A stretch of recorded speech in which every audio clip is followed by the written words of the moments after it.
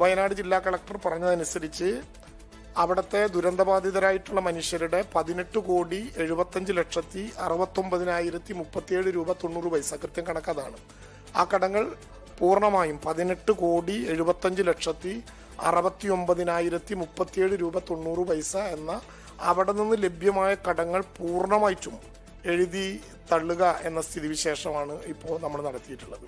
ആ പണം പൂർണ്ണമായിട്ടും സർക്കാർ മുഖ്യമന്ത്രിയുടെ ദുരിതാശ്വാസ നിധിയിൽ നിന്ന് അനുവദിച്ചുകൊണ്ട് വയനാട് ചൂരൽമല ദുരന്തത്തിന്റെ ദുരന്തബാധിതരായിട്ടുള്ള മുഴുവൻ പേരുടെയും വായ്പയുമായി ബന്ധപ്പെട്ട കടങ്ങൾ സർക്കാർ ഏറ്റെടുക്കുകയാണ്.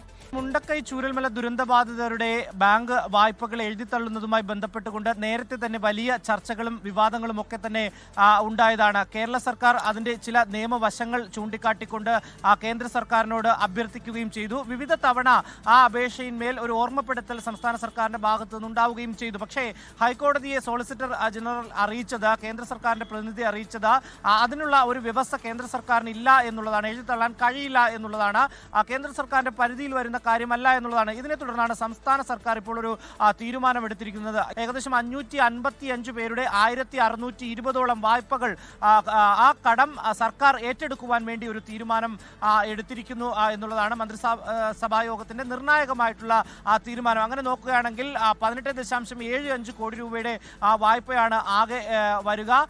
ഇത് പൂർണ്ണമായി സർക്കാർ ഏറ്റെടുത്തുകൊണ്ട് മുഖ്യമന്ത്രിയുടെ ദുരിതാശ്വാസ നിധിയിൽ നിന്ന് ബാങ്കുകൾക്ക് നൽകുവാനുള്ള ഒരു തീരുമാനത്തിലേക്കാണ് ഇപ്പോൾ പോയിരിക്കുന്നത്.